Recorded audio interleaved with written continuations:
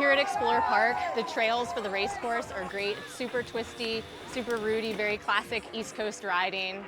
This is an old trail system. A lot of the trails here were built in the late 90s, and so we had a task of both kind of keeping this old school techie East Coast vibe, but also bringing in some faster trail and some trail that we knew would position riders really well for a really competitive racing experience. We've kind of got a rule of thirds here. We've got about 30% really old rooty techie trail, about 30% a little bit wider but rockier trail, and we've got a third that's really flowy and fast and freshly built. I just won the 11-12 XCO championship class, and yeah, I'm really stoked on the win. It's pretty fun compared to where we live. Is a lot more dry. Here is wet and slick. There's a lot more roots and rocks and stuff. The riding here is really challenging. It's especially challenging for folks from outside of our area. You know, these are old mountains and they may not be as big as the Rockies, but man, that means they've had a long time to learn how to teach hard lessons.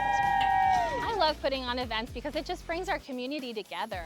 You know, there's just all these things that can divide us, but also being out in nature, that's something that unites us. We have a lot of people who are local businesses who wanted to be involved with this. You know, we have Cardinal Trek, all these people who are here to help support. We're just really trying to make it a vibe. We're a Hanger Seafood Truck and we're proud to be out here with the bike race. There's been so many people out, so many fans and spectators, and the racing fields have just been super awesome. We have had an amazing, amazing experience. Riders from all over the country have had just a blast. I mean, we've put on 3 totally different shows with totally different rider experiences and totally good vibes. It's been just such a fun experience. And you know, I wake up at 4 o'clock every morning this week and I'm just like, let's do this thing. Let's do it. It has been fun. Explorer Park has been an awesome host.